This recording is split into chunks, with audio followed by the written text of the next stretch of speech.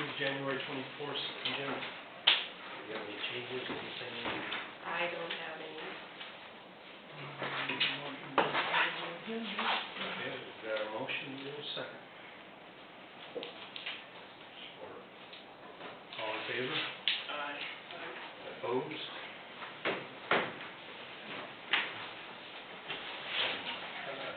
All my stuff here. Okay, Maureen. Okay. Approve the minutes from January 10th.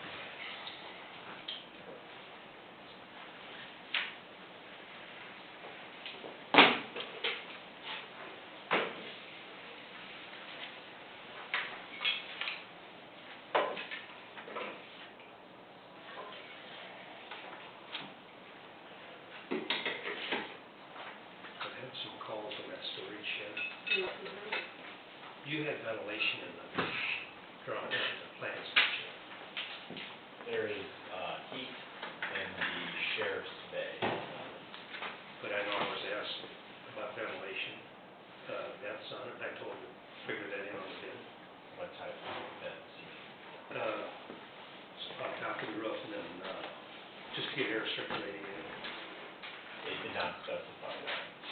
You could do a gable vent, Yeah. or you could do a ridge vent. But the one that was figured up, the bid on it, I told him to figure it in. You need to go by the specs. That needs to be communicated to anybody who's picked up land. Yeah. But I just figured that was an oversight, it should be ventilated.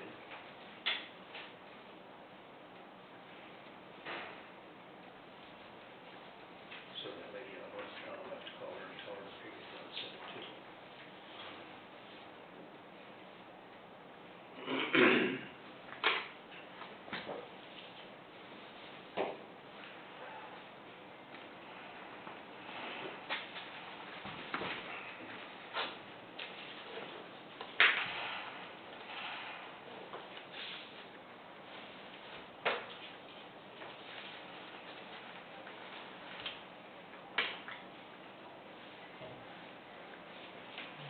Motion for January 10 minutes. Yes, I do.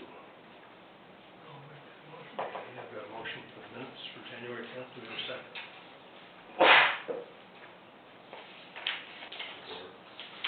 All in favor? Opposed?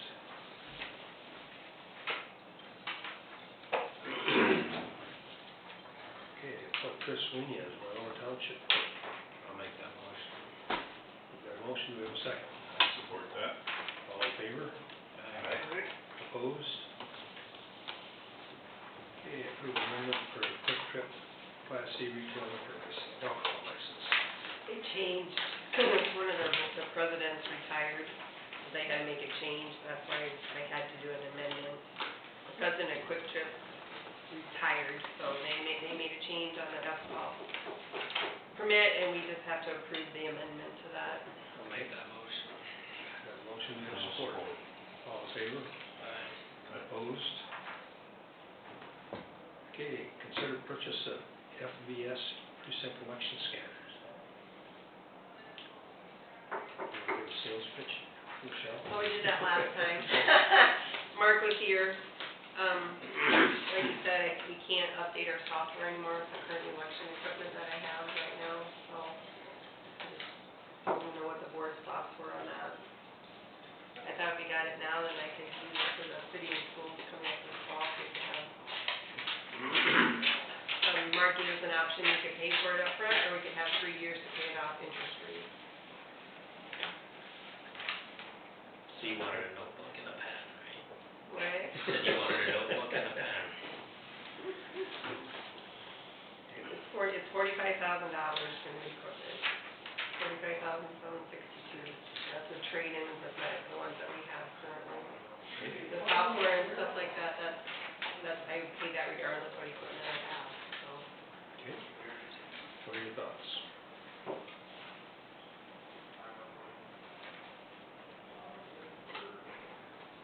Looks to me like Michelle wants them. I don't know if I want them, I don't know if I have the choice. I'd be in favor of buying them on a 3-year. Is that a motion? Sure. Okay, got a motion for a 3-year payment. Do we have a second?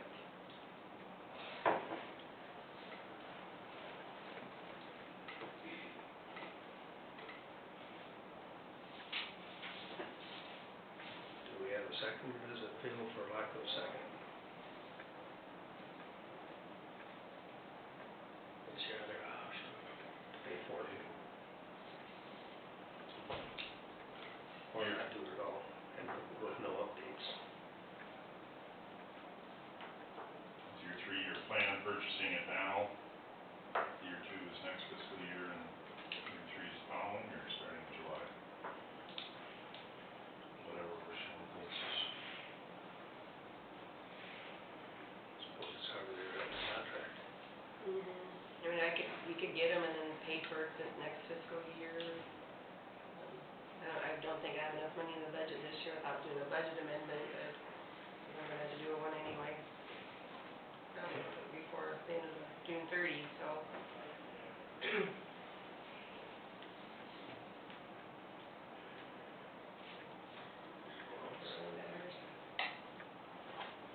Sounds like it's gonna fail for lack of a second.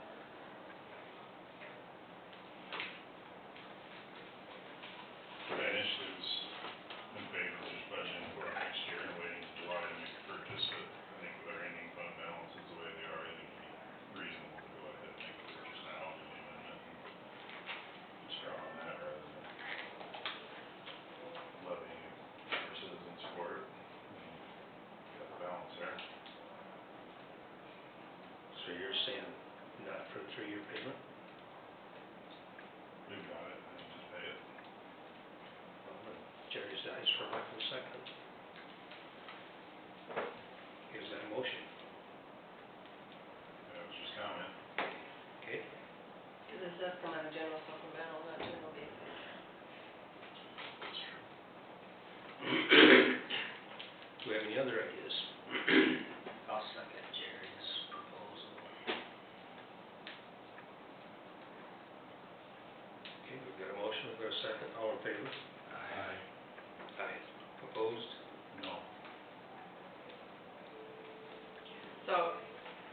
So we're budgeting it for next fiscal year is what the plan is, correct? Motion. Okay, claims. Well, we're already to claims, that means we can leave. Yep. Answer that either, so.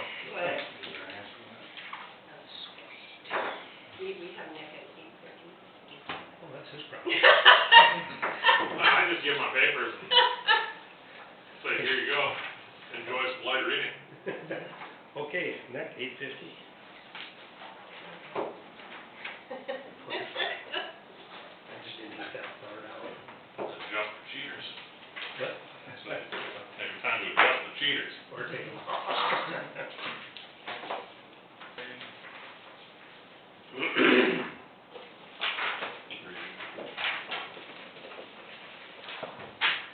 If you have an extra, that's great. Do you want? Are you sure? Thank you.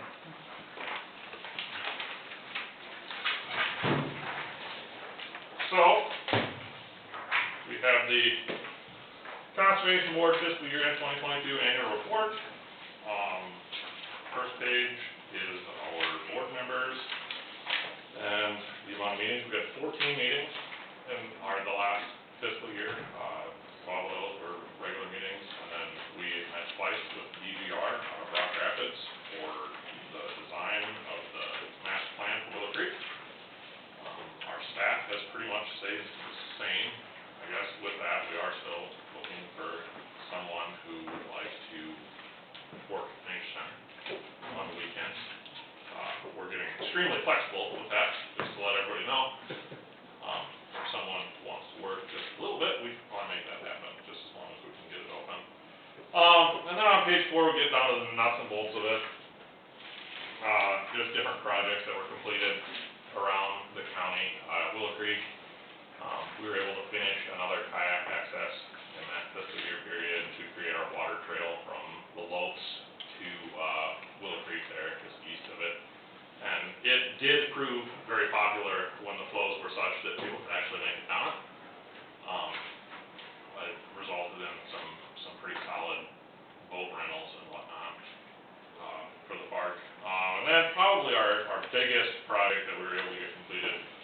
was the purchase of the additional 29 acres directly south of Willow Creek, for our proposed campground development. And then working with DGR to complete the master plan, as you can see in that beautiful picture there. You guys have all seen the master plan. Moving on, Hawkeye Point. The Hawkeye Point Foundation grant, I will give them 100% credit for this. Wrote the grant and supplied the money for paving 4 of the campsites out at Hawkeye Point. It was however, up to Conservation Board staff to work on the final grading and trying to get grass to grow in a drought, which proved to be kind of tricky, but we managed to do okay. There was some new memorial trees, and then, as you guys are aware, we were given, I guess, control over the house at Hawkeye Point, which we decided to sell to be moved, and as you guys are probably fully aware, it's still sitting there. So it has been sold. We did provide a time extension for the gentleman that bought it, so hopefully he gets it off of there by May 1st. and we Did he can pay for continue it on. up front? He did pay for it up front, and then he paid to be able to extend his time request at his cost. I mean, and that money has also been received, so. Low farm update, you guys are aware, 2018, George and Cecil Lowe bequeathed 240 acres and roughly $500,000 to the Conservation Board. We developed a plan for that, for the south quarter. We've already kind of completed some work on the north quarter, or on the north 80. We developed a plan for the conversion from the south quarter and began work on that it would be fall of 2021, actually, is when we started planting grass out there. On the south side, we've planted 19 acres of native grasses, 13 and a half acres of fire break mix, and then around 750 trees and shrubs. That's 2 shrub lines on the extreme western fence line out there, and then we've also started a little bit of planting a tree nursery. I don't know if anybody has seen that we are now confirmed positive for the emerald ash borer in our county as of last week, Thursday. So, other projects, we installed a new aerator at the Ocheyedan pits to try and protect the fishery. That, I guess, the biggest hiccup with that was just strictly supply chain stuff. We ordered that, I want to say in like July, and finally received it in October, and were able to get it in and done. And then we wrote a successful community foundation grant for the addition of pickleball nets, new tennis nets and whatnot, and basketball hoops in both the Ashland and Melvin parks. That project was completed, I believe, in June, or July or August of this year. Education and outreach, Matt stays busy with that. We've got our annual outdoor adventure night that we hold in the summer. It's usually towards the end of July, first part of August. Our large winter program, Trout Fest, which I don't know if you guys could come out to Trout Fest, I know Greg has, but the amount of people that these little trout draw to Willow Creek is incredible. Like, it's like trying to pack sardines in a can, huh? Like trying to find places for all these people to park. That event this year is coming up.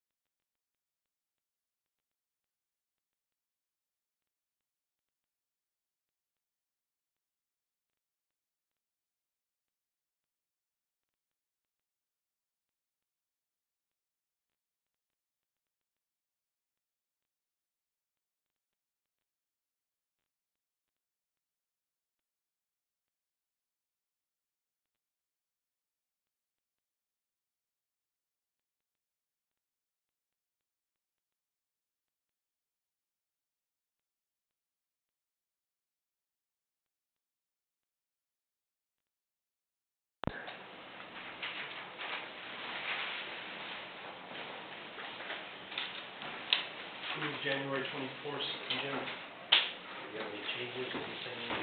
I don't have any. Motion to approve the agenda. Okay, we've got a motion, do we have a second? All in favor? Aye. Opposed?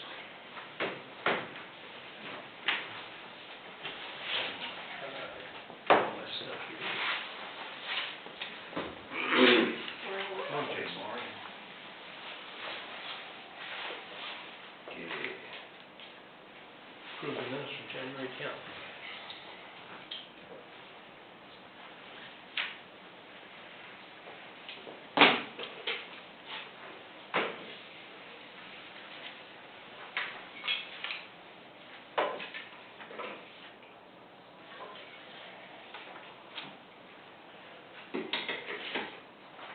I've had some calls on that storage shed.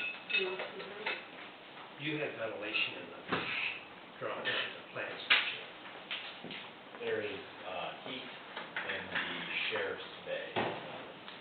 But I know I was asked about ventilation, vents on it, and I told him, figure that in on the bid. What type of vents? On top of the roof and then, just to get air circulating in it. They did not specify that. You could do a gable vent, Yeah, or you could do a ridge vent. but the one that was figuring up the bid on it, I told him to figure it in. You need to go by the specs. That needs to be communicated to anybody who's picked up land. Yeah. But I just figured that was an oversight, it should be ventilated.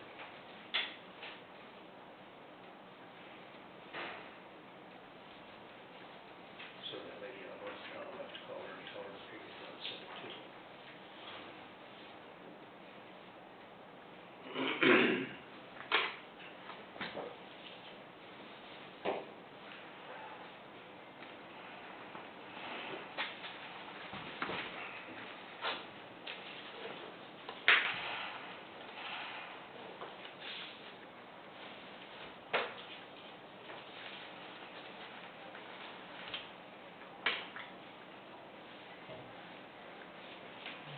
Motion for January 10 minutes. Yes, I do.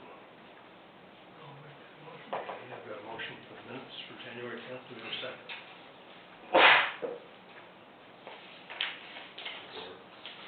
All in favor? Opposed?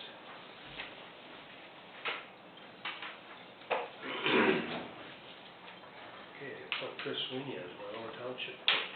I'll make that motion. We've got a motion, do we have a second? I support that. All in favor? Opposed? Okay, approve amendment for Quick Trip Class C retail liquor license, alcohol license. They changed, one of the presidents retired, they had to make a change, that's why I had to do an amendment. The president of Quick Trip retired, so they made a change on the alcohol permit, and we just have to approve the amendment to that. I'll make that motion. Got a motion, do we have support? All in favor? Aye. Opposed? Okay, consider purchase of FVS precinct election scanners. Do we have a sales pitch, Michelle? Oh, we did that last time. Mark was here. Like you said, we can't update our software anymore with the current election equipment that I have right now, so I don't know what the board's thoughts were on that. I thought if we got it now, then I could use it for the city and schools coming up this fall, so we could have. Mark gave us an option, we could pay for it up front, or we could have 3 years to pay it off interest free. So you wanted a notebook and a pen, right? What? You wanted a notebook and a pen. It's $45,000 for new equipment. $45,762. That's the trade-in with the ones that we have currently. The software and stuff like that, I would pay that regardless of what equipment I have, so. Okay. What are your thoughts? Well,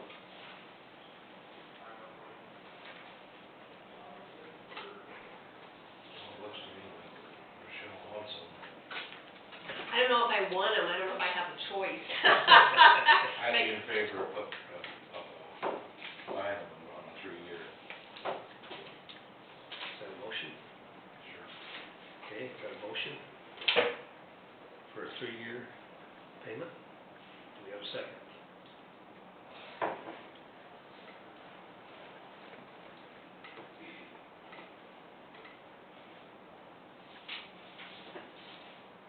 Do we have a second, or does it feel for lack of a second?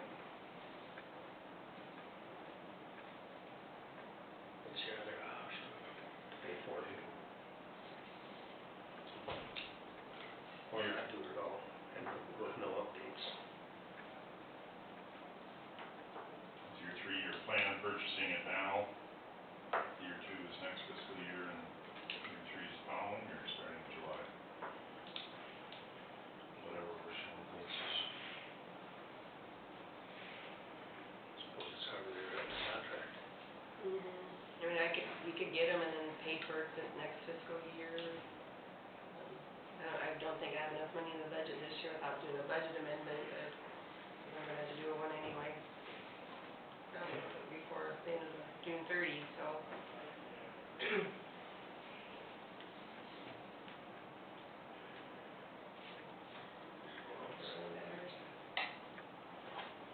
Sounds like it's gonna fail for lack of a second.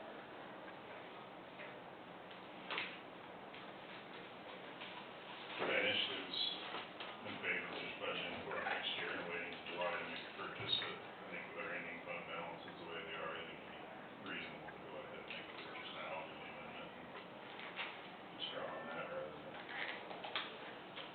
levying our citizens for it. Got the balance there. So you're saying not for a 3-year payment? We've got it, and just pay it. Well, then Jerry's dies for lack of a second. Is that a motion? That was just comment. Okay, Because this does come out of general supplemental, not general basic. That's true. do we have any other ideas? I'll second Jerry's proposal. Okay, we've got a motion, we've got a second, all in favor?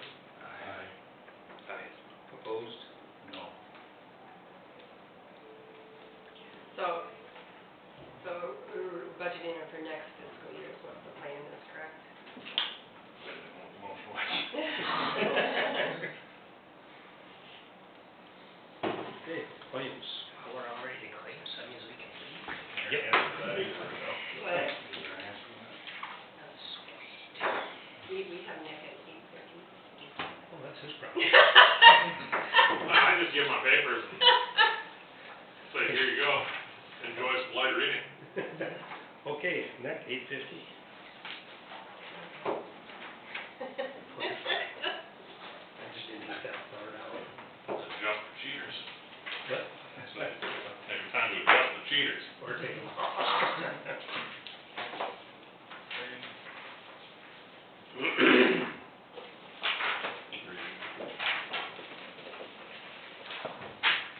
If you have an extra hand. Do you want? Are you sure? Thank you.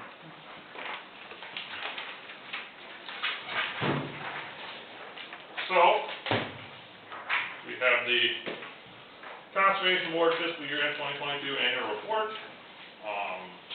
First page is our board members and the amount of meetings. We've got 14 meetings in the last fiscal year. 12 of those were regular meetings, and then we met twice with DGR out of Rock Rapids for the design of the master plan for Willow Creek. Our staff has pretty much stayed the same. I guess with that, we are still looking for someone who would like to work at Nature Center on the weekends. We're getting extremely flexible with that, just to let everybody know. For someone who wants to work just a little bit, we want to make that happen, just as long as we can get it open. And then on page 4, we get down to the nuts and bolts of it. Just different projects that were completed around the county. Willow Creek, we were able to finish another kayak access in that fiscal year period to create our water trail from the Lopes to Willow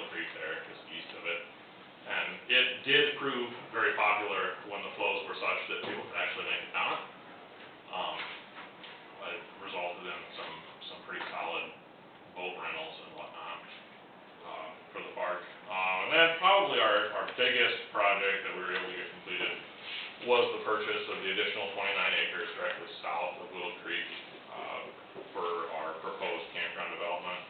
And then working with DGR to complete the master plan, as you can see in that beautiful picture there. You guys have all seen the master plan. Moving on, Hawkeye Point. The Hawkeye Point Foundation grant, I will give them 100% credit for this. Wrote the grant and supplied the money for paving 4 of the campsites out at Hawkeye Point. It was however, up to Conservation Board staff to work on the final grading and trying to get grass to grow in a drought, which proved to be kind of tricky, but we managed to do okay. There was some new memorial trees, and then, as you guys are aware, we were given, I guess, control over the house at Hawkeye Point, which we decided to sell to be moved, and as you guys are probably fully aware, it's still sitting there. So it has been sold. We did provide a time extension for the gentleman that bought it, so hopefully he gets it off of there by May 1st. and we Did he can pay for continue it on. up front? He did pay for it up front, and then he paid to be able to extend his time request at his cost. I mean, and that money has also been received, so. Low farm update. You guys are aware, 2018, George and Cecil Lowe bequeathed 240 acres and roughly $500,000 to the Conservation Board. We developed a plan for that, for the south quarter. We've already kind of completed some work on the north quarter, or on the north 80. We developed a plan for the conversion from the south quarter and began work on that it would be fall of 2021, actually, is when we started planting grass out there. On the south side, we've planted 19 acres of native grasses, 13 and a half acres of firebreak mix, and then around 750 trees and shrubs. That's 2 shrub lines on the extreme western fence line out there, and then we've also started a little bit of planting a tree nursery. I don't know if anybody has seen that we are now confirmed positive for the emerald ash borer in our county as of last week, Thursday. So, other projects, we installed a new aerator at the Ocheyedan pits to try and protect the fishery. I guess the biggest hiccup with that was just strictly supply chain stuff.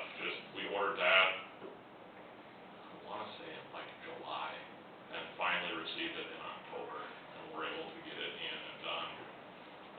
And then we wrote a successful community foundation grant for the addition of pickleball nets, new tennis nets and whatnot, and basketball hoops in both the Ashland and Melvin parks. That project was completed, I believe, in June, or July or August of this year. Education and outreach, Matt stays busy with that.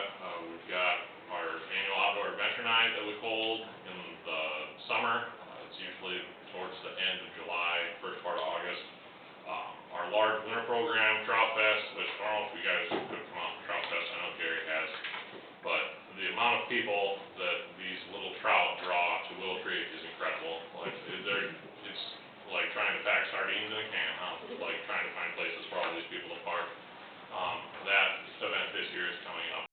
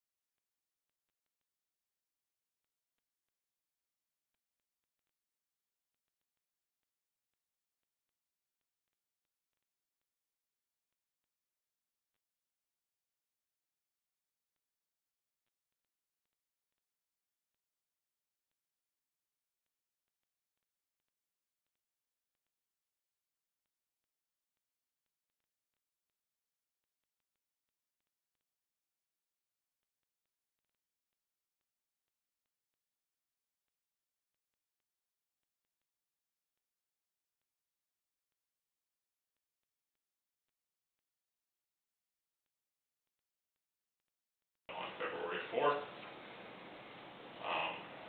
We've already received quite a few donations for prizes and whatnot to give away for both kids and adults.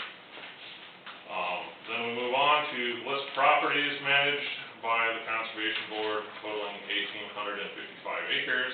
That does include the additional 29 acres at the Willow Creek Complex. Our habitat work, we plant 10 food plots on our areas in the spring, and do some of those in the fall too. Provided after planting care to roughly 75 acres of native prairie seedings. That includes the stuff, or most of the stuff at Lowe's on both the north 80 and the south quarter. And then we were able to burn around 275 acres of grass last spring to try and improve the habitat conditions. And then the visitor use and fee income. So Willow Creek, 5 electrical sites. In 2022, we raised the campsite rentals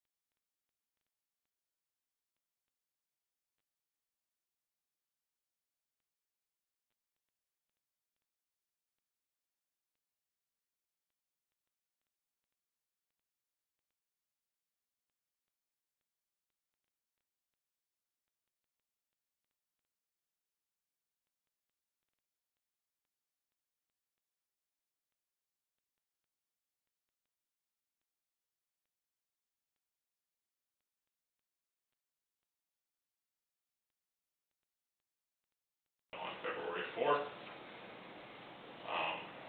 We've already received quite a few donations for prizes and whatnot to give away for both kids and adults.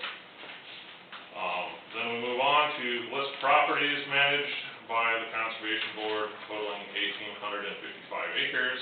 That does include the additional 29 acres at the Willow Creek Complex. Our habitat work, we plant 10 food plots on our areas in the spring, and do some of those in the fall too. Provided after planting care to roughly 75 acres of native prairie seedings. That includes the stuff, or most of the stuff at Lowe's on both the north 80 and the south quarter. And then we were able to burn around 275 acres of grass last spring to try and improve the habitat conditions. And then the visitor use and fee income. So Willow Creek, 5 electrical sites. In 2022, we raised the campsite rentals from $15 to $20 per night. During that fiscal year, the Conservation Board received $5,774 in camping revenue at Willow Creek, down from $59.50 the previous fiscal year, but up from $41.15 collected in fiscal year 2019-2020. Willow Creek on the weekends is still quite busy, and people do utilize the park for camping. Hawkeye Point collected $7,972 in camping fees from Hawkeye Point, up from $5,300 previous fiscal year. A lot of that can be attributed to our long-term campers that we generally send to Hawkeye Point when they call looking for a long-term site. If they're contractor working on the road, we do have a monthly fee that we offer at Hawkeye Point and take their money. The lodge has actually went up to $75 a day for rent, and in the fiscal year we saw $950 in revenues, up from $350 the previous year. There were also 15 different non-for-profits that use the lodge, which we waive the rental fee. If it's for some sort of community foundation or organization or something like that, we will allow them to use that facility for free. In addition to the lodge rental, shelter houses in the parks were reserved 7 times. So that's our different shelters like at Yochitan and Ashton, Melvin, those facilities. And then we also hosted a couple weddings, which we do not charge a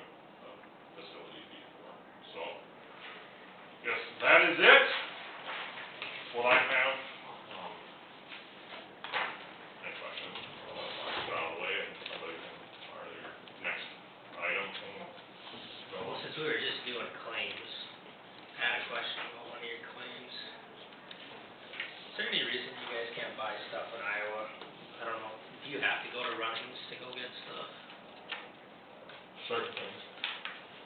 that they don't carry in Baumgart's, they don't carry at the lumber yards here in town? So those batteries that we bought at Ryan's were on sale for $100 off of MSRP, of what they usually were. Baumgart's price match? I don't know. Seems like a long way to drive for that, but, and to spend money out of the area, but. That was the only question I had. Okay. Any other questions for Rick?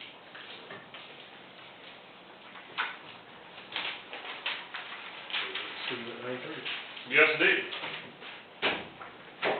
Thank you. Have a good day. Air connections, did they come in, are they supposed to be Well, here? we're supposed to tell them, right? Running late, or? Go get some batteries to get here now. With your 5-mile-an-hour truck, or 5 miles a day.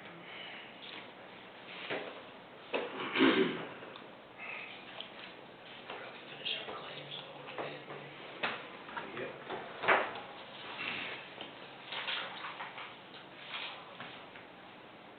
Still don't get the legal order on the plane. Pretty sure. It's usually the order, right? Yeah.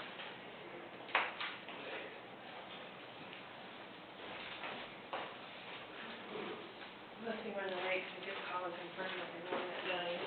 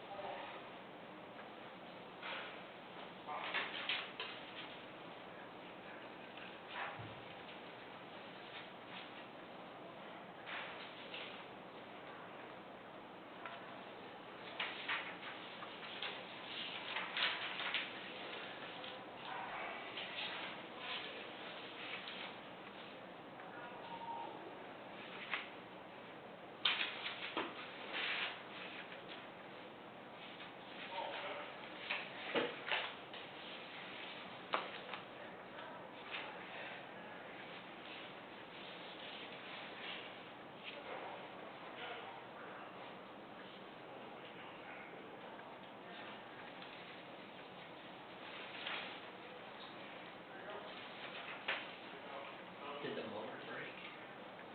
Rochelle? Did the motor break?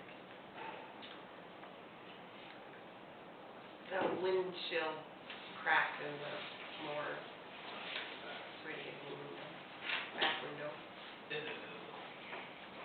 How did it do that?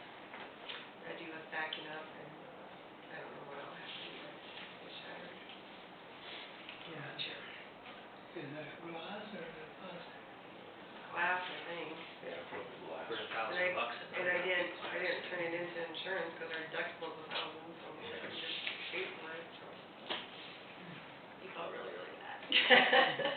It happens. It does. Probably happens.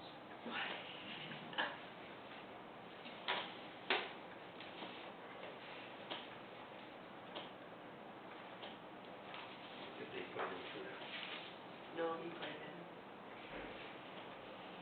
But then last week, bearings went out on the snow blower, so Mike O'Connor helped with the skid loader clean the sidewalks until Reggie could get it fixed. So Hmm. we appreciate that help.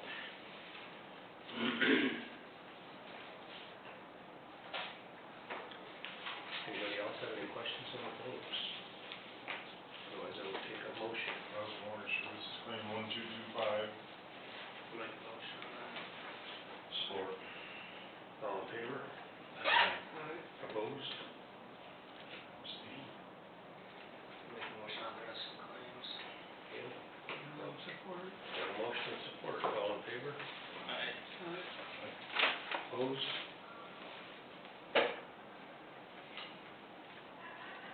Okay. Oh, looks like we got some time.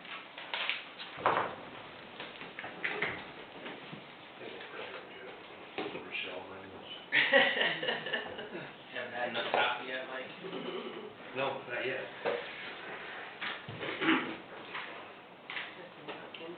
Oh, there you go.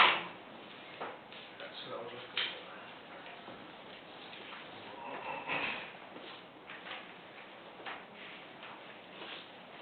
Did you quota?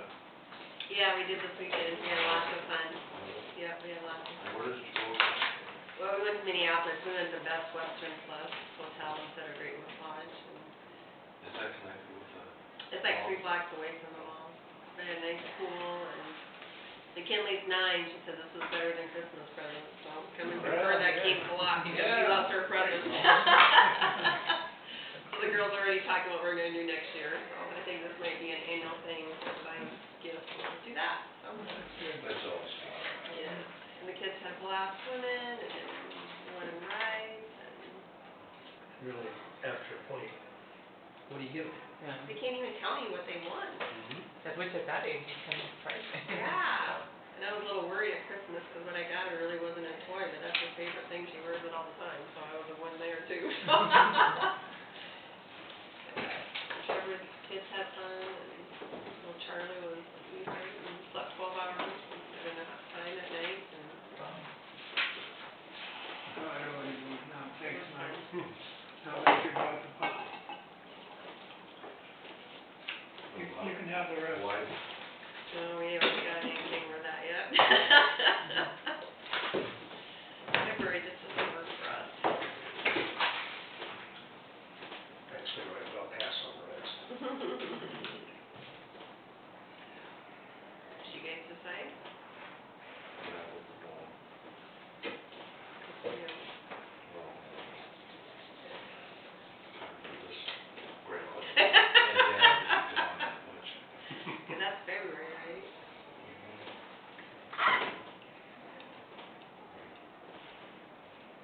Probably during one of our meetings, probably.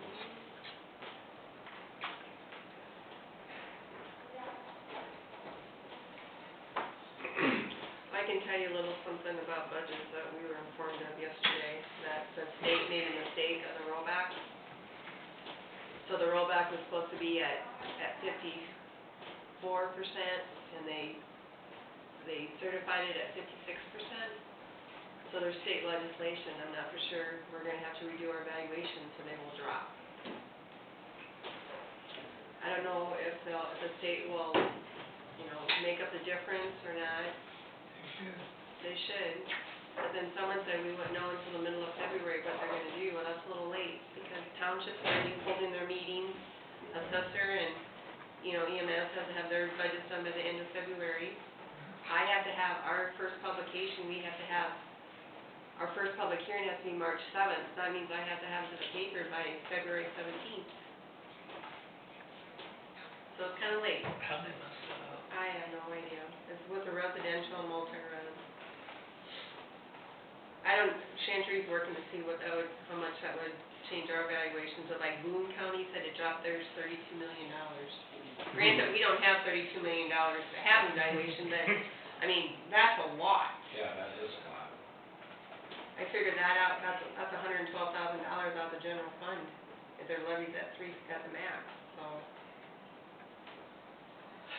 So that was a little stressful right now to figure out how we're gonna handle that. You can do it, though, Rochelle. I know, you can do it, it's just, that's how mistakes happen when you're in the front and you haven't balanced and I've been in government long enough, that's the frustrating part, that the state can do whatever they want, they don't get penalized and Nobody gets the blame. no, and the county messes up one time and we're all over the papers and penalties and that's the frustrating part of all this. The way it is.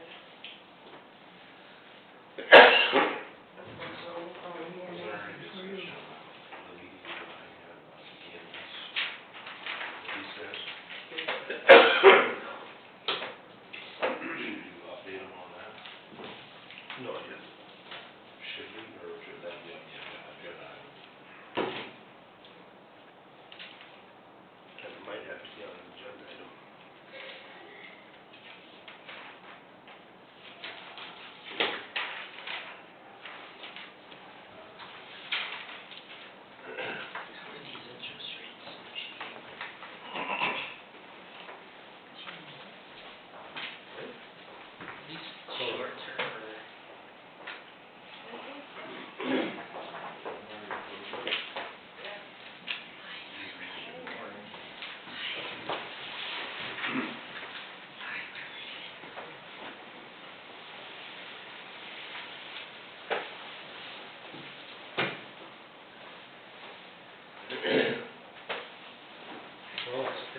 talk to you guys. Slow down, there's a lot of fences on the way here.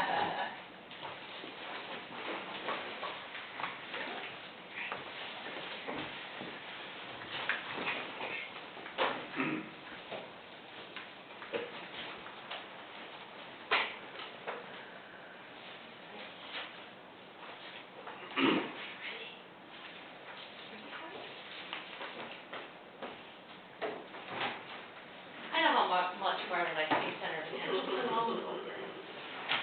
Alright. Excuse me, not seeing that one before.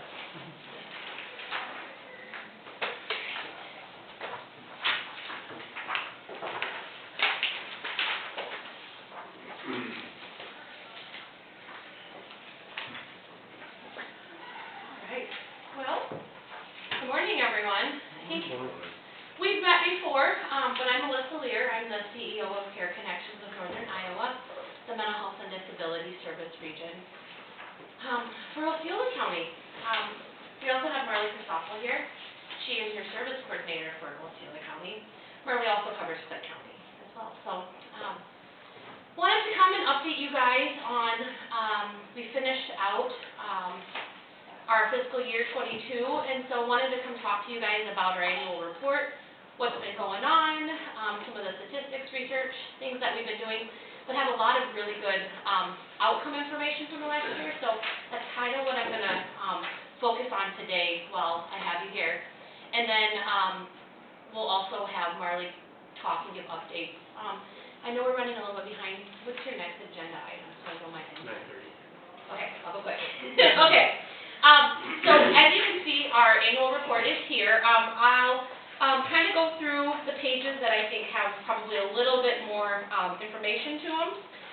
But just to kind of run you through it, page 4 talks about our individuals that we serve, and it breaks it down by chart of accounts code. So how we spent that money by the number of individuals. So you'll see A and C, so just so you know, that's adult versus kids. So now that you know that the region also provides services for children. So you'll see that on page 4 and 5. Page 6 talks about the designation for the services, for the crisis services that the region has. So you'll see access centers, subacute, ACT teams, things like that. Those are things that we've had for a period of several years. And again, for the sake of time, I'm going to just run you past. Page 8 talks about our financials. So that actually is what our expenditures were throughout FY22. So you can see that broken down by, again, by codes. I'll give you an example. Mobile crisis for FY22 cost about $191,000. So you'll see that in that line. Day habilitation services about $19,000 for the year for people with chronic mental illness, and then about $15,000 for people with an intellectual disability. So you can kind of see the breakdown of all of our expenditures based on the lines that we have. On page 11, the breakdown that also goes on to the revenues that we have. The interesting thing, FY22 was the year where we actually had a full state appropriation that came in. I'm sorry, I take that back. We had half. We had property taxes, and then we had the state appropriation that came in. So any property taxes that were above, I think, $21 got brought down, and then the state contributed $15.84 per capita. So we had a hybrid of funding for FY22. FY23, we run off of a state appropriation now. So as you guys know, the county does no longer levy those property taxes. We get that state appropriation. FY23. Provided we have a low enough ending fund balance. Yeah. To meet the code. Yep, so our fund balance, last year we had to get underneath 40%. Anything of our expenditures that were over 40% of our prior year expenditures would either be withheld from us or we'd have to cut a check back to the state. I'm really proud to say that we were very aggressive in our plan last year, so we were able to maximize that. I can't remember exactly what our starting fund balance was. It was over 100% of what our excess was. And again, I could be a little off on that, but we got down to 35%. So we needed to get below 40% in order to not lose or have to give back any money, and we were able to achieve that. So that's really exciting. And you'll see that, so on page 12, you'll see that reflected, you'll see the total funds available, what our expenditures were for the year. We encumbered, so you'll see $1.8 million that we encumbered. That's, part of it, we expended about additional $3 million last year. $1 million we gave out in grants, $1.1 million we gave out in grants, and $2 million we have a, contract with Season Center. They're in the process of building crisis stabilization residential and 2 23-hour observation chairs. So that money is going to remodeling and getting that program and remodeling everything to get that program up and going so that within our region, we have those crisis service available right in our community. So I'm going to just kind of skip on. Page 13, 14, that has just by month, it has just kind of bullet pointed all of the big major things, either motions or changes that we made throughout the region. So I really just draw your attention to that. I want to get to page 17, 18, where I break down some outcomes. So on page 17, you're going to see crisis stabilization services. We have residential services. We contract with providers across the state for that. The closest ones we have is in Sioux City, with Siouxland Mental Health, and then with Plains Area Mental Health, they have Turning Point, which is in Sac City. So we are continue to watch our usage in that. I would say that we continue to need to see those beds get filled. Right now, they're not at capacity, and so we're continuing to work through that to talk about that. It's still a newer service. It's been around for several years. So I think we're getting it, things are catching on, it's becoming part of the system on how we do care, but it's still kind of in the works right now. So you'll see, we don't have huge numbers from that, but we're increasing year by year, so you can see the breakdown. Turning Point, again, which is in Sac City, that provides a residential stay for 3 to 5 days for people that are voluntary. You can see Osceola's had 1 individual in that year. And then we also had an individual that used, we didn't have very many people, we only had 2 people use 23-hour observation, and we had 1 individual from Osceola County that utilized that service. Page 18 talks about our mobile response. And so mobile crisis is a service that we've had for several years. We contract, the region has 2 contracted entities that provide that. We have Season Center for Osceola, Clay, and Palo Alto counties, and Irely Ball, which provides it for Cassuth, Winnebago, and Worth. The interesting thing you'll see on this is that the populations between, and I note that on the left in that orange column, the populations between Cassuth, Winnebago, and Worth, and Osceola, Clay, and Palo Alto, you can see they're very similar, about 30,000 to 32,000. So I like to use that, if you kind of split our region down the middle, look at those 2 populations, look at how the counties kind of work. I always kind of look at it this way, that Osceola and Worth County are kind of similar in size when you look at population. Winnebago is kind of similar to Cassuth County, and Clay and Cassuth are kind of similar, and Palo Alto and Winnebago are similar. So I kind of look at that. The interesting thing that we have is that both of our mobile crisis responders, they choose a different model on how they want to respond. It's completely up to the agencies, and so Season Center said their model is that they will respond to law enforcement, hospitals, EDs, probation officers. It's a staffing model on how they have it set up and how they respond. Irely Ball will respond to anyone that calls. So if I call and I'm in my home, they will come to my home. Season Center won't dispatch right to someone's home, only if law enforcement has come or they have a second individual to kind of clear the scene. It's all depending on, Season Center has normally 1 staff, Irely Ball has a 2-staff team that goes out, so it's how they do that. And it just depends on cost and things like that, so there's different models. The interesting thing is that you'll see on this report is we have 2 different models with 2 similar populations. So we have a really good insight on how those models work and how they're responsive in the community. So you'll see that, so I note that you'll see Irely Ball, they responded to 73 calls while Seasons responded to 34. It's a difference of how they access that service. So we're really honing in and getting some insights into this. This is the first year we're able to get these insights because this is the first year that Cassuth, Winnebago, and Worth have ever had mobile crisis. Prior to 2021, they did not have that service. The other part of the region has had it since 2018. So we're able to, this is the first year we're able to look at the data and see what it is and be able to make changes on that if needed. So you'll see page 19, That just gives a different breakdown. You'll see the difference. You'll see the total mobile crisis dispatches. You'll see Irely Ball for those 3 counties, and then you'll see what season center dispatches were across. Again, you're looking at 2 different models, so that's why you see a difference.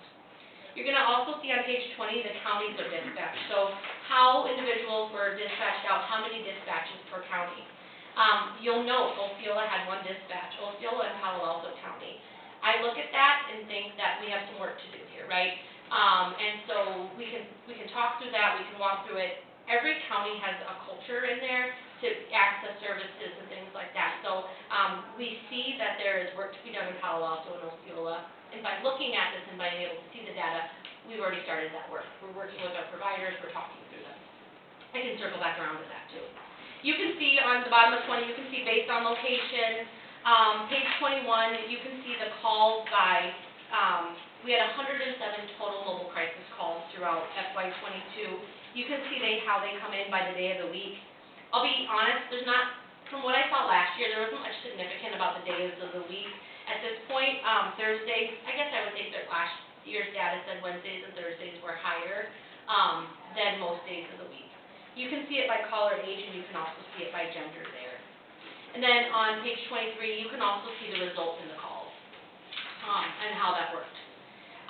Page 23 is what I'm really excited to talk to you guys about. So if you'll just kind of play this game with me for a little bit, it's kind of fun. It's an assumption game. So we're going to make a couple assumptions based on the data that I showed you. So what we know is if an individual stays in the mental health unit, that the average cost is $1,328 for them to stay in the mental health unit. The average length of stay is about 5 days. And so $1,328 per day times 5 days is about $6,642. I mentioned earlier that the regional cost of mobile crisis was about $191,000. So if we look at that cost, if we said every mobile crisis call that we went out, now this is making assumptions, if every one of the, all 107 calls that went out, every single one of those people would have went into inpatient and had a 5-day inpatient stay, not likely, but if it did, that would have cost the system $571,000 for that service. When mobile crisis went out, if we took that same number of individuals if mobile crisis, or I'm sorry, based on that, mobile crisis saved about $380,000. If all 107 people would have went out, that's what the cost savings would have been. Now let's look at that and let's go to a little bit more reality. You'll see later on in this report, I have a number that we contract with a provider that provides evaluations in our hospital. Based on when they have people that they're screening in the hospital, they determine if they go inpatient or outpatient. ICP, our contracted provider, said about 54% of Care Connections regions that we see in the hospitals end up going to inpatient units. So that's the number that I used and said, okay, if out of all the 107 people that we dispatched mobile crisis, if 54% of those actually went into inpatient, what would that look like? What would that cost? So that would cost $308,000 for that to occur. By using mobile crisis, the cost savings for those individuals saved about $117,000.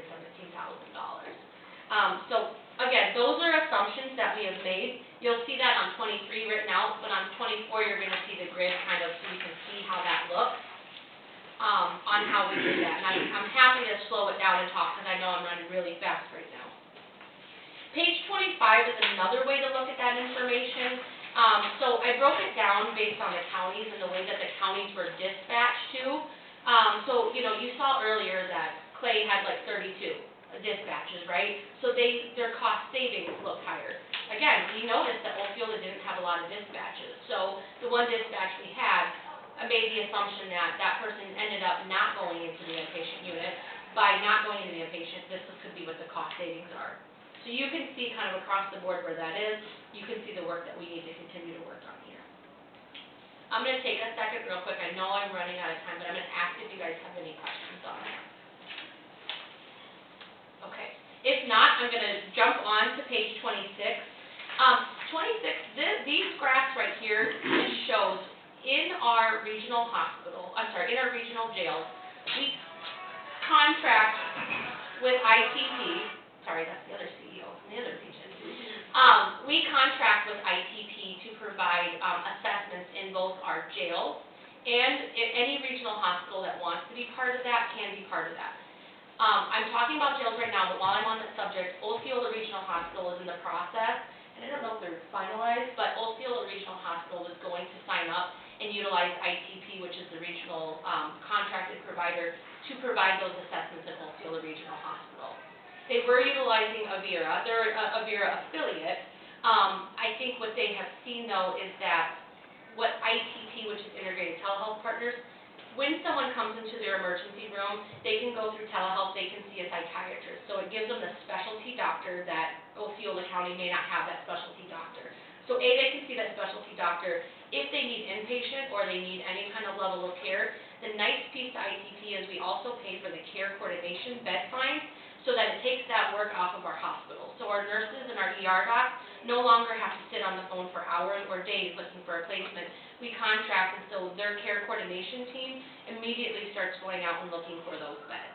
And so that's also a benefit to our hospitals because, and to our law enforcement, they don't have to sit in our jails, they don't have to sit in our ERs, and we can get them into the right level of care that they need to be in. Is that why our participation in Osceola County is so low? I don't think They were that's... going somewhere else, or what do you? I don't think on that side, the participation on mobile crisis, I think the big thing is, and Marley, we can talk about this a little bit. I think we need to get people to utilize mobile crisis in the community. I think that's the calls just aren't being generated from Osceola County. So it's diving into how do we get them, how are we connecting with those people, meaning our people in the community. You know, we've worked a lot with EMS on, okay, what I believe, talking to some of the individuals, is that EMS will get the call, they'll go out and deal with it, but they're not maybe making that next call to mobile crisis and letting it go to them. So there's a lot, there's work to be done on letting them know and getting Seasons involved. I've also continued to work with Seasons to, now that I have some data on what that model looks like in the usage, on how to hone Seasons into maybe changing that model so that that is a more responsive model. I believe that the more responsive it is, that if people from their homes can call and get that service, we can open that up. Right now, it's kind of funneled. I'd like to open that funnel up now. The school recently did that 988 campaign too, so I think they're trying to get the word out. 988 will roll over to mobile crisis, and it's a little bit easier to remember, but yeah, right now with it coming through schools and law enforcement, I think they just need to be reminded that they can use that for assistance too. Yeah, there's definitely some there's capacity for more to be used, and we're working hard on that at this point. I see it, feel it, I know we need to do something. So with that, the data you're going to see on page 25 and 26, this is on hospitals right now. So out of FY22, ITP, they're in almost every one of our regional hospitals. Osceola just is coming on. I just met with Ben and Wendy from the hospital a couple months ago, and they're in the process of getting enrolled in that and going through the credentialing process. So I can't say Osceola was part of this, but out of ITP's cases last year, they saw 178 individuals. Their response time was about 57 minutes. So when I come into the ER and I need to see a psychiatrist, it's 57 minutes from start to finish. Not great, but it's better. It's way better than days, right? Total case duration, about 4 hours they sit in the ER. Total time to find a placement is about a little under 3 hours. That used to take days. That's probably the number one reason that we contract with them, is because that case specialty and finding beds has really been a huge benefit. They've assessed about 149 patients. They've had some duplicates in those over the course of the year. The number on page 26, I think this is interesting. Average calls per placement, that 48 number is about how many referrals it takes to get a person into inpatient. So that's a huge number when you think about your ER nurses, your doctors having to make 48 calls, maybe sit on the phone for 10 minutes, a call to give a life story on that and get that information. That's a huge time saver. So we're taking that off of our ERs. You could break that down and see other data by where they're accepting patients, things like that. Page 20. Sorry to stop you and jump in, but seeing page 27, Avera McKinnon's Behavioral Health Center, not a lot of our region has access to that, so a lot of those are probably Osceola County involved. And I just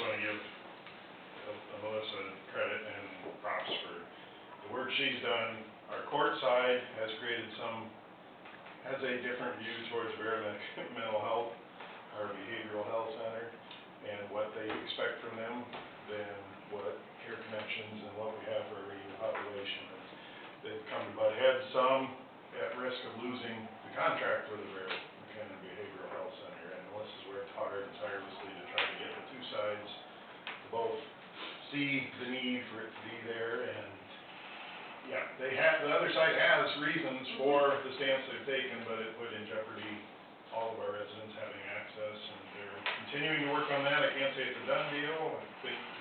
It'll be closely monitored, closely So monitored.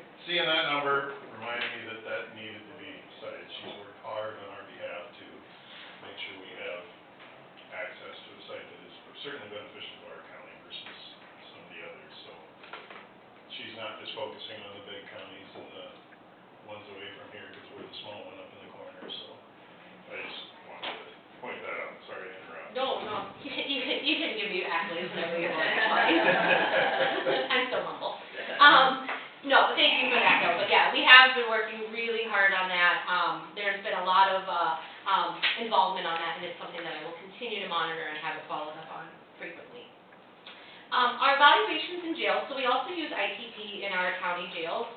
So when we have an inmate that is displaying mental health, behavioral health issues, we can also have them come in. Our jailers and administrators know we have a whole setup where they can have them screen in, also through telehealth. They can see the inmate, they can prescribe medications, and that's helpful for them. So with that, you can see the total cost. You can see we've served 83 inmates last year, the cost, and then I don't think maybe I have the breakdown on inmates on here. I can get that information if needed.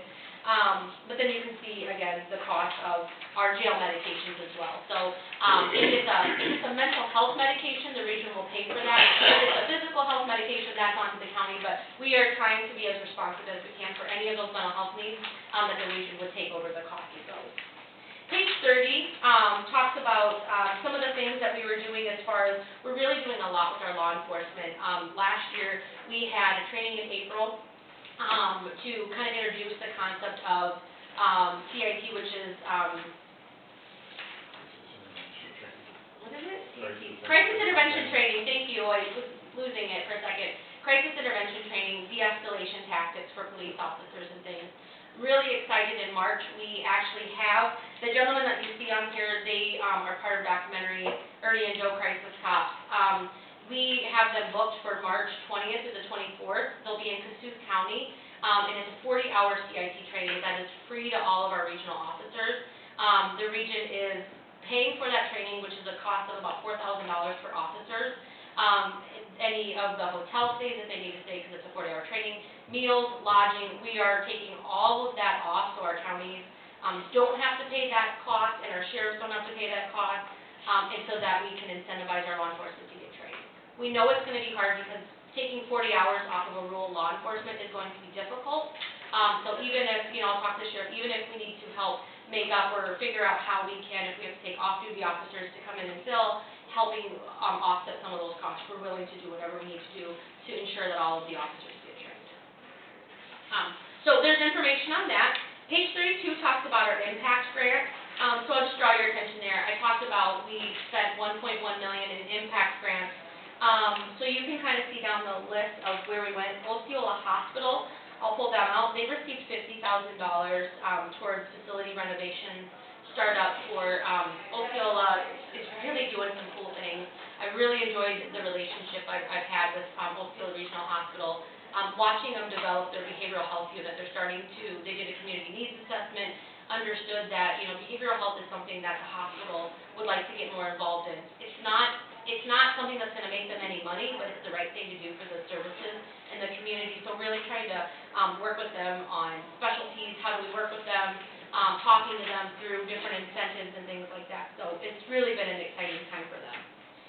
Hope Haven, they're another one that's familiar in this area, with some remodeling costs, lots of training for staff that they needed.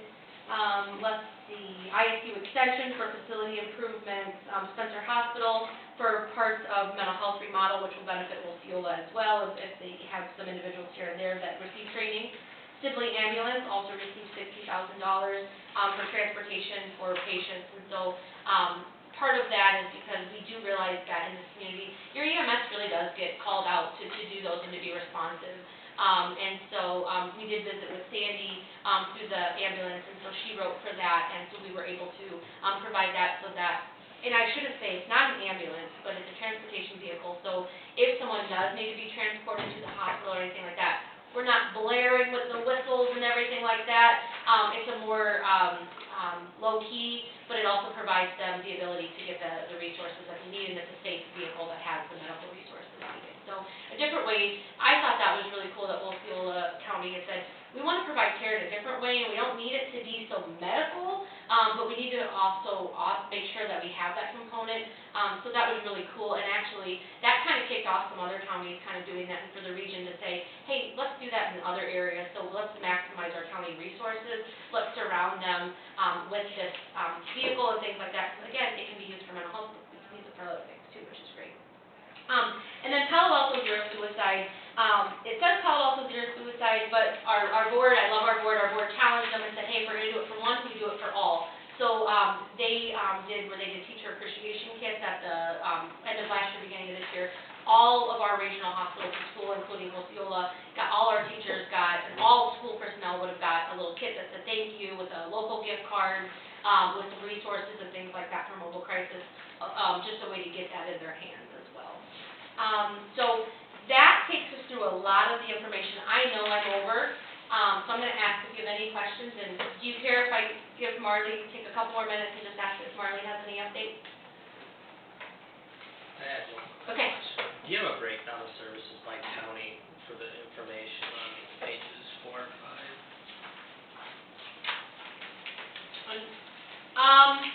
I can get it for you. I have to run a report, and I don't know how to do that, but I know a gal in our office that does, so I will get that to you. Thanks.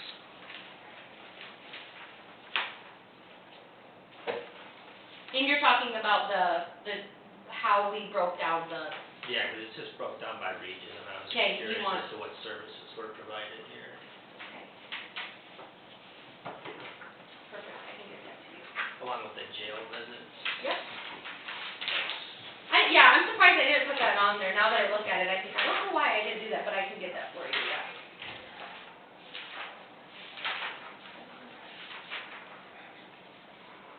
And to some extent, I'm, I guess I'm alone on our board in this view, but I think we kind of have to switch our viewpoint on the region now too. We're not injecting the money to fund the region anymore. The state is, and they identify us as a region, so to some extent, I think we just have to look at, this is what's happening in our region. These are our numbers. It doesn't break down necessarily to each individual county, because But in it's order who to we're provide, providing services to to. provide extra funding to the sheriff's department or jail for things that we can help them and assist them with, including expanding the jail or upgrading it, it'd be nice to know how many of those visits we're getting. Yep, I can get you that information. We have it all broken down and how that's working, and, yeah, and Marley works in our jail, so I don't know if you have any. Yeah, kind of as Melissa touched on, I think the big key here is going to be education and continual, because, shifts change, job positions change. So I think a big thing that we're starting to see is people open to that training and education. So one of the things we had was a committal training with clerk of court, the hospital, the mental health advocate, the judge, the county attorney. How can we make that process go a little bit smoother? So we have that, and then our goal is to have continual ongoing training for that. So for lack of a better term, some of those frequent flyers in the ERs and the jails, that maybe it's mental health that's contributing to those issues, can we staff those and figure out a way to maybe help those individuals so they're not ending up in the ER or the jails? Meetings with hospitals she talked about, so ITP, they had said early February they're hoping to have that. Along with the bed find, the other good part of that is we can access how many beds they tried to find and the result outcome of those visits. So if someone's in the jail and they get released and they want to go to interconnections for therapy for follow-up, we can help facilitate that transfer of services so they're not starting from scratch. Now, she may need to do her own evaluation, but she can kind of see what meds they're on and what services they were getting. And then I think it's great too, the jails reached out for a training on suicide, substance use, and mental health, and how to kind of assist those individuals when they first respond to a call. We know they're not responsible for them, but how can they help facilitate that process, maybe identify. So that education piece, I think, is really happening. The sheriff reached out on that, and so I think they're starting to realize that they have resources out there that they can utilize. So, yeah, if we can continue to get the jails and hospitals to reach out to those supports, I think we'll see an increase in those mobile crisis calls. Okay, anybody else?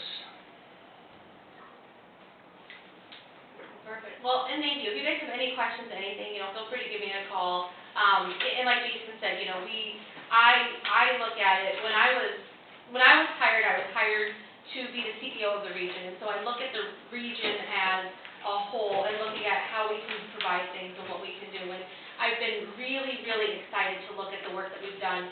This is my favorite annual report because we put a lot of, in FY21, we put a lot of services in, and so in FY22, we're able to see the outputs of those. And so I love coming and talking about this because now I'm in the point that I can see the information, and now I get to do the next step, which I get to do something with the information. So I'm looking forward to the next time I get to come back to you, to be able to say, all right, here's what you guys saw, now this is what we did, and that every time I come back that I have something better to present to you guys, because when you know better, you do better. So, thank you. Thank you. And I will see you. Yeah, I was gonna say. Yep, sorry, I thought about it when I No, was that's okay. doing it That's myself. okay. And I'll get that information to you, okay? All right. Or you can just give it to Jason, Okay. he'll pass it. Perfect, I'll get that over to you.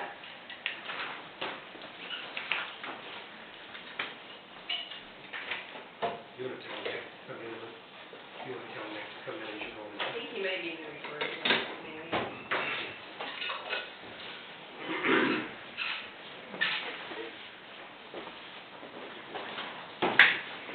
Yeah, 45 seconds?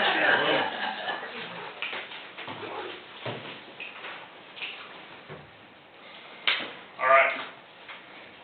So, I'll do the abridged version. For wages, what I did, I took my salary times 6%, took Darren's salary times 6%, took Matt's salary times 6%. I took the total of those numbers, I divided by 3, and that is what I gave everybody, just like I did last year. The administration, on the next one, you're gonna see that is a 17.82% increase. That is taking what Rebecca makes in a year, adding 6%, and adding $5,000 in case we find someone that wants to work in the nature center. Because it seems to be that is hard, as I mentioned before. Okay, pretty much everything else is staying the same in that line, except for the stuff that, is dependent on the salary numbers, like FICA, IFRS, that What sort of about stuff. your part-time help, did you bump that up any year? Part-time help, like seasonal, I did bump his salary up by 8% and then budgeted enough to have somebody start at a reasonable rate. So, those numbers are in, let's see, it would be the second line of the third page. So, yeah, like pretty much, I took out a bunch of money out of the engineering services because we have our engineering services has been paid for, so we don't need that money any longer in there. Thus far, chemicals and grasses, I mean, all that stuff is going crazy expensive. Fuels stayed the same, recreation supplies stayed the same, uniform, employee mileage dropped it, we rarely use money out of those for things. Electric light and power stayed the same, garbage,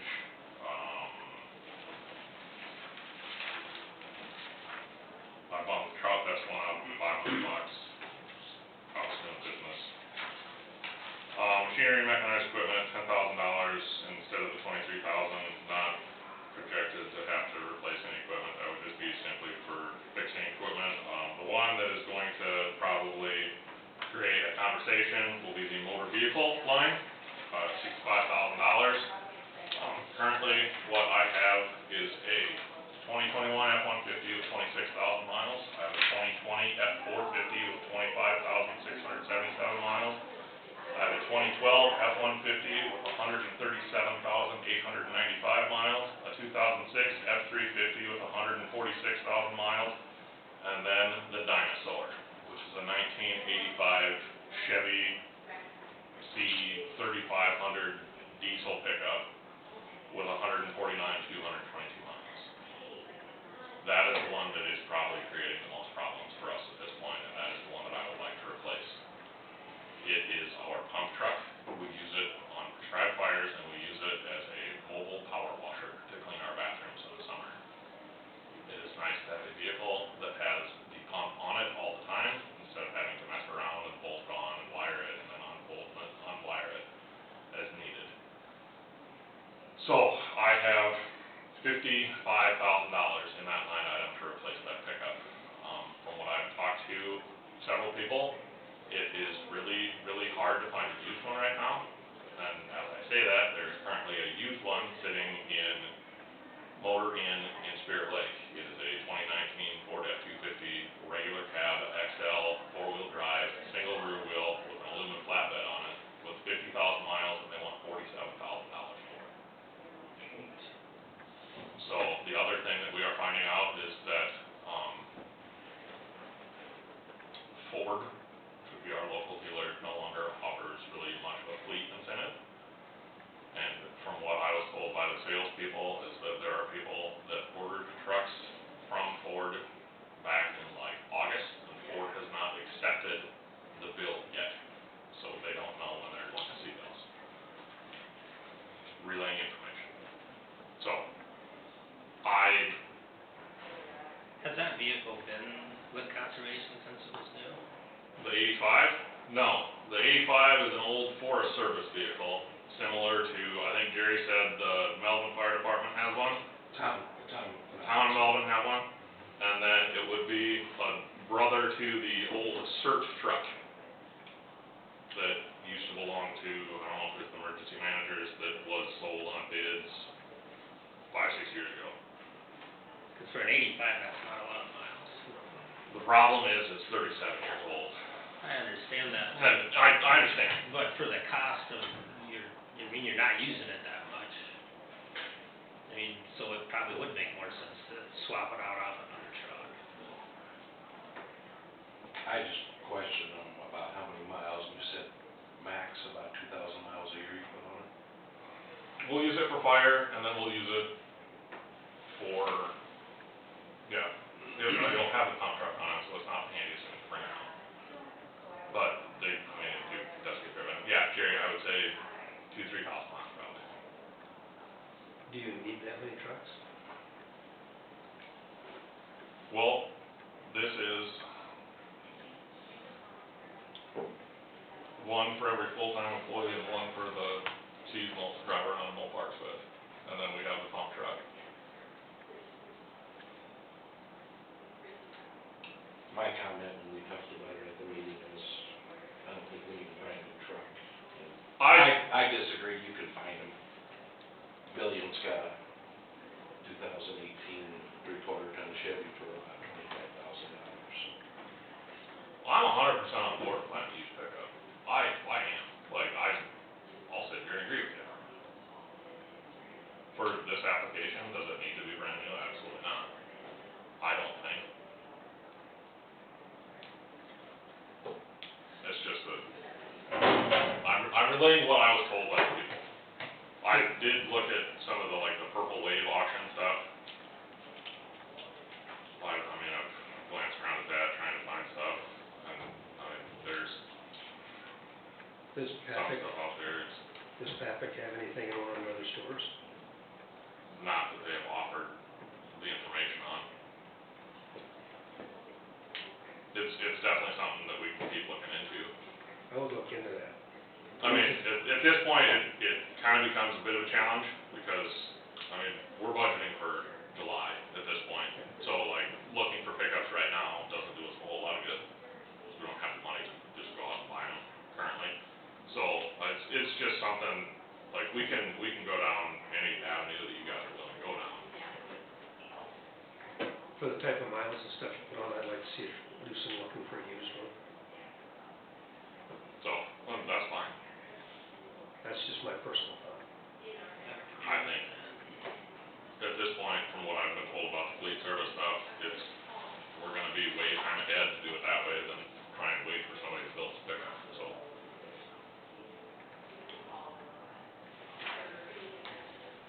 So, I guess that is that little conversation. Other than that, pretty much everything stayed the same, so our total went up $45,000, and most of that, or all of that is attributed to the, motor vehicle line. So we'll move on, revenues, general basic fund, state grants, reimbursement, that would be the, community foundation grants, interest on land, interest from the refund of land, we have not, or no, wait, that's just, the 55,000 is just farm leases, I'm sorry. Willow Creek camping fees budgeted $8,000 projected, that's sitting pretty much the same as last year. Lodge rentals, $1,200, $1,000 in donations from people. REAP is a number calculated off of gambling revenues that we receive from the state of Iowa that generally it's appropriated to us on a per capita and per county basis. The max REAP can be, as it's written in the Code of Iowa, is $20 million. It has never been funded at that. It's usually funded somewhere around 12. So the $8,500 is representative of that. And then the only other, I guess, major increase would be the $40,000 for the county conservation land acquisition trust fund. That's our gravel sales. I would assume that they're probably going to have to mine gravel as per their schedule sometime in the upcoming fiscal year.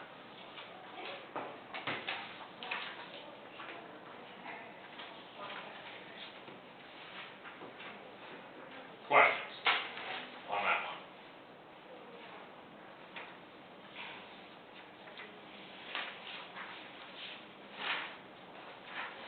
What is the schedule for mining gravel?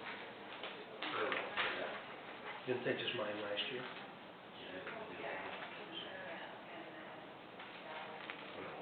I don't know what their schedule is, but didn't they just mine some last year? Yeah. Was that out of hand?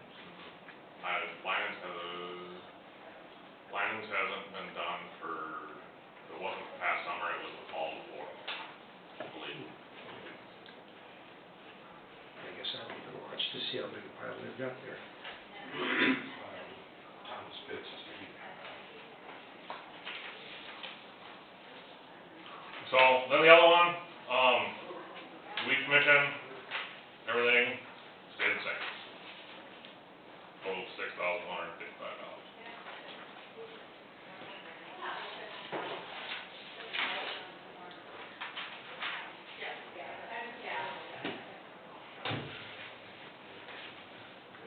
Yeah, I'd like to, with that truck, I'd like to see a used one or something. And I'd ask them guys to put a blanket if they've got it. Yep.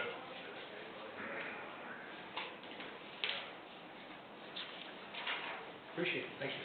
All right. Anybody else got any questions?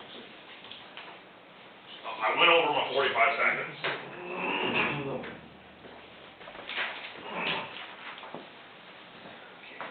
Quick.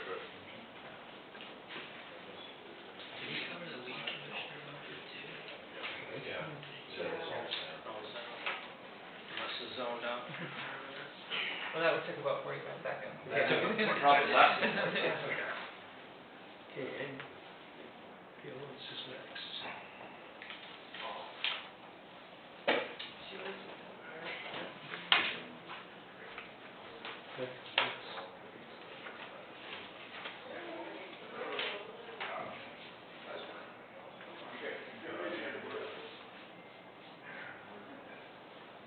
Like you said, like if they just put it out there to them, hey,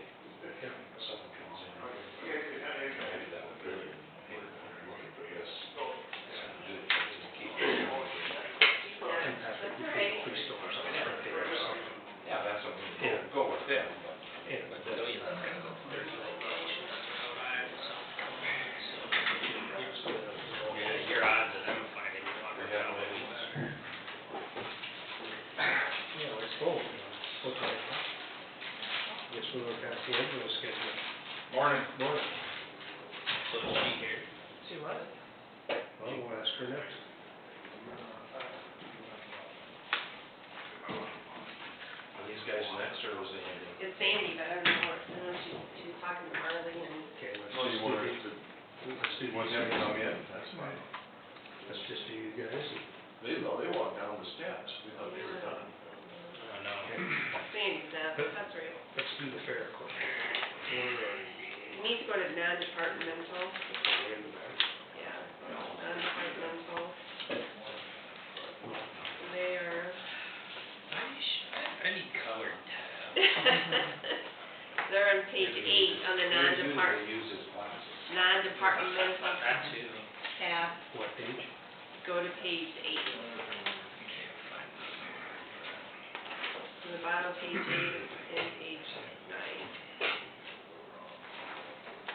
Page Page 8 on the expenses.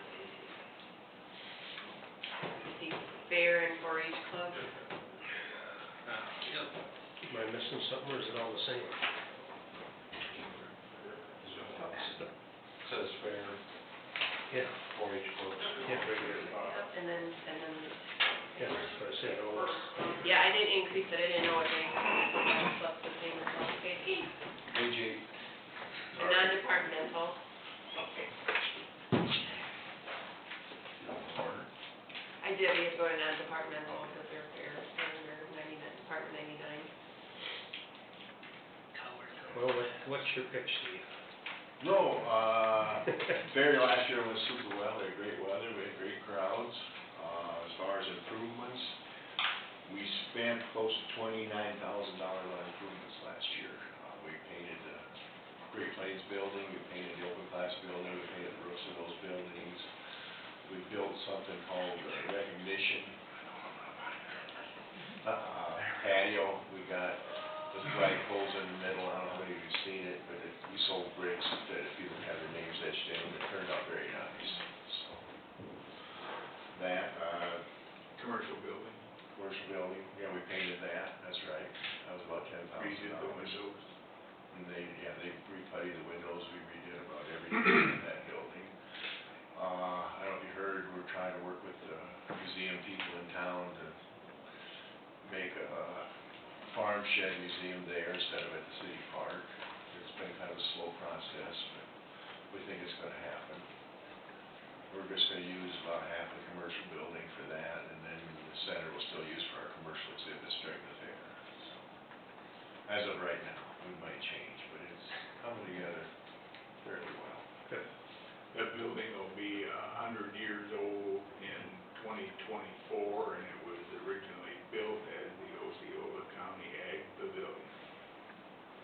So hopefully by '24, we got something started that looks pretty good, and we can get a little PR, and it'll look good for the county. We had a ribbon auction we've had now the past few years.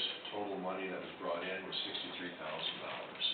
That all went directly back to the kids, so. Very good auction. We're not asking for any more money, but we sure appreciate what we're getting, because it does, we've spent it wisely, we think we've kept the grounds up very well, they look good, so. I appreciate everything you guys do down there. Outside of that, we built since I've been on, we built a new hog shed, we built a new cattle barn, we built, updated the FFA stand, we built a concession stand, added on to the hog building. For a small county with a small amount of people, we get a lot of compliments about our fair grounds. And part of that goes back to you guys supporting us. So this year, we do get $10,000 from the state every year, it has to go for infrastructure, we'll probably pop that into the commercial building this year. Plan. Trying to make stuff more handicap accessible.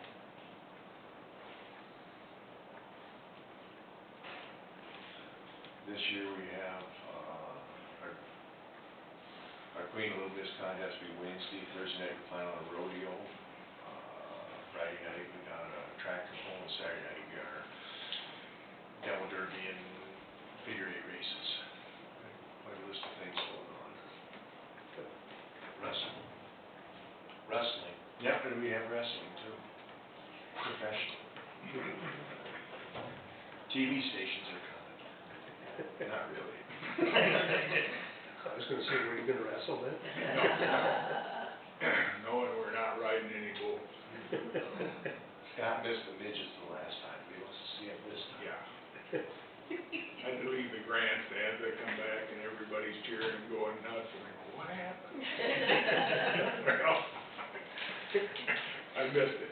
You might want to, we're working with John Deere too to get a tractor. Yeah, Tractor. It's for a year, right? Yeah. They're gonna let us use it for a year. We're supposed to put, what, $100 on it, or try to, but there's no way we'll get that many hours on it. We just don't use it that much. But it is handy when you need a tractor loader, so. Here, figure eight, is that Saturday, did you say? Are you doing a separate event too, as part of the series? Yeah, we're doing June 3rd, we're doing figure eight races, yes.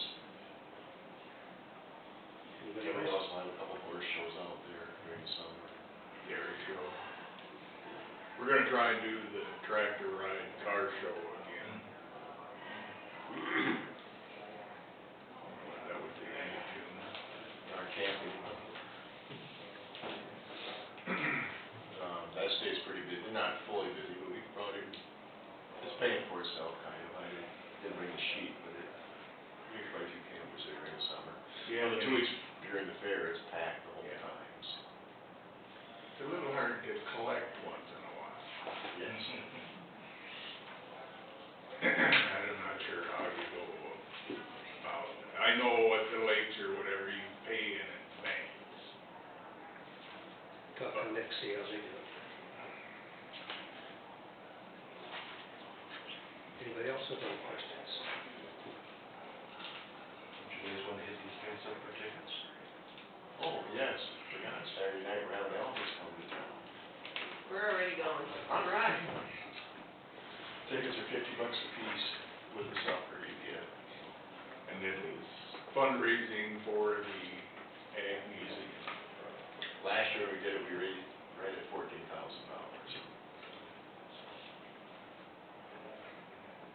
It's fun, right, Gary?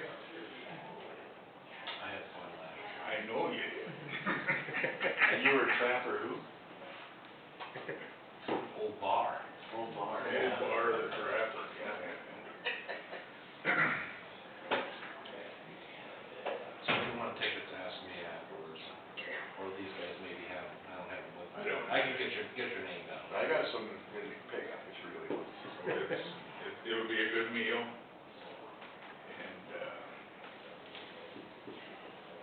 supposedly the Elvis impersonator is really good from a few folks that have seen it.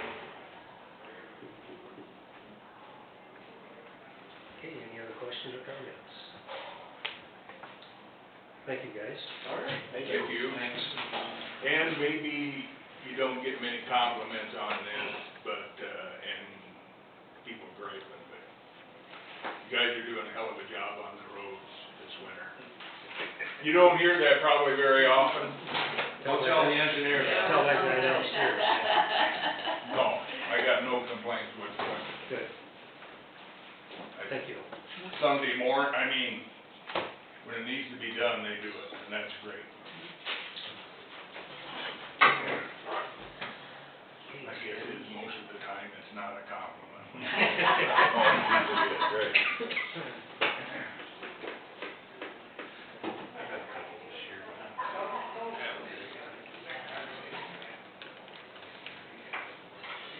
Ken, I want to say, because they usually end up calling Ken, because I don't answer the phone. Ken, you don't talk to me, you talk to my dad.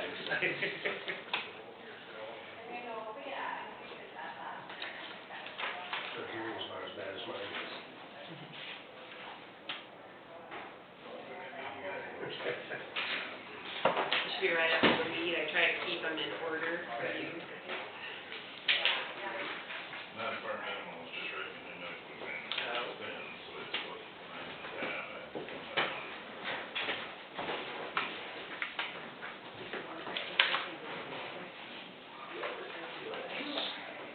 change the salaries is that 26,000. Oh, okay, all right.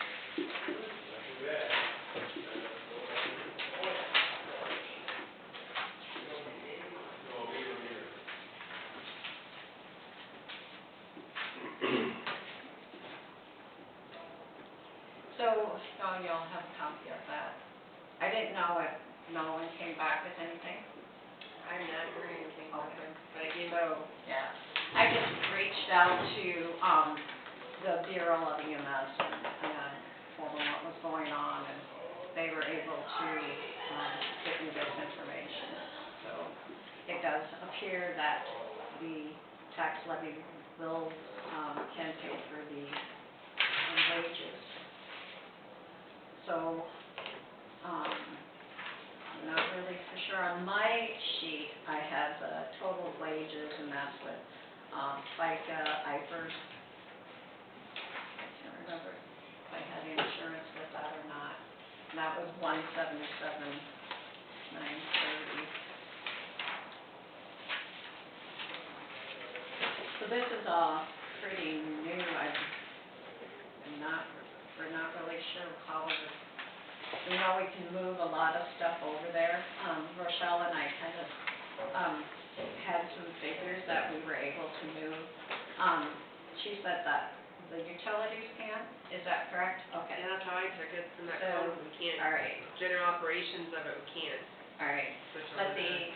education, the motor vehicle equipment, the radio, and that, miscellaneous is that maintenance contract that we have with, Physio Control. They come out and, maintain our LifePak 15s. So that is part of the equipment, Where so you, that would probably, where you at?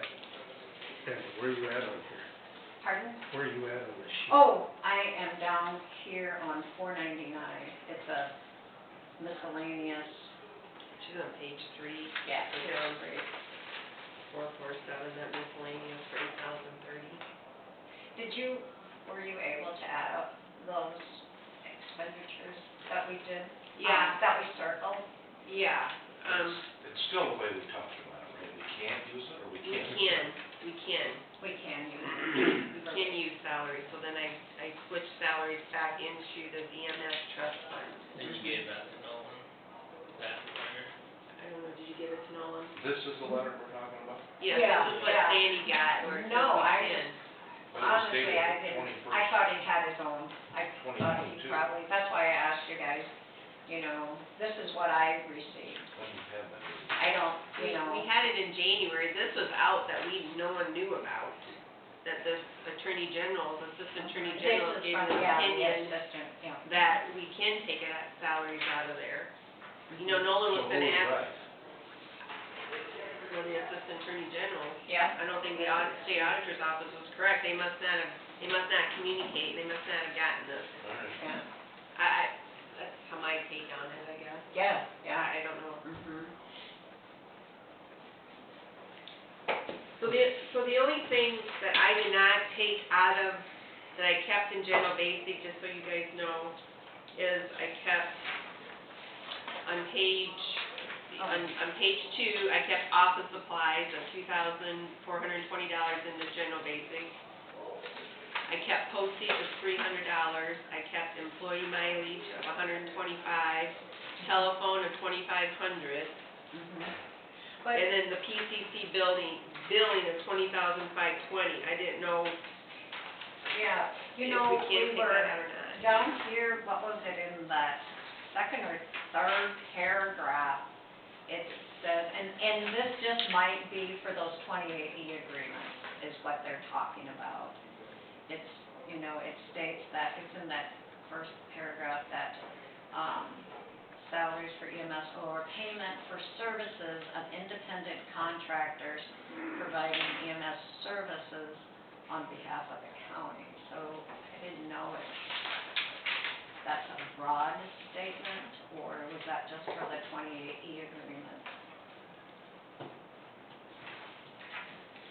That I don't have clarification on. And then I also took, we were paying $30,000 out of the general fund courthouse for the building of the EMS, and I put that into this fund 26,000 too. But we're in the red, $34,000, so, so we need to take something out. And I didn't know, PCC billing, you know, we pay that out of general, so I kept the revenue in general, but is that correct? I don't know. Is there a reason we need 50,000 per vehicle? No, but there's really no need for 30,000 for a building, you know? Well, I'm just wondering that'd cover that 30,000. Well, I think that 50 probably is high, and then we don't really know exactly what our value is gonna be. I mean, that's gonna change too. There's Yeah. a little glitch right now in the state, so we might lose some money there. So it might be this, $30,000 might be more, right? We might have to take more out of Yeah. that levy, Yes, correct? yes. But I'm Yeah. just wondering if we're not buying a new vehicle, why even have it in there? Yeah. I just felt like, you know,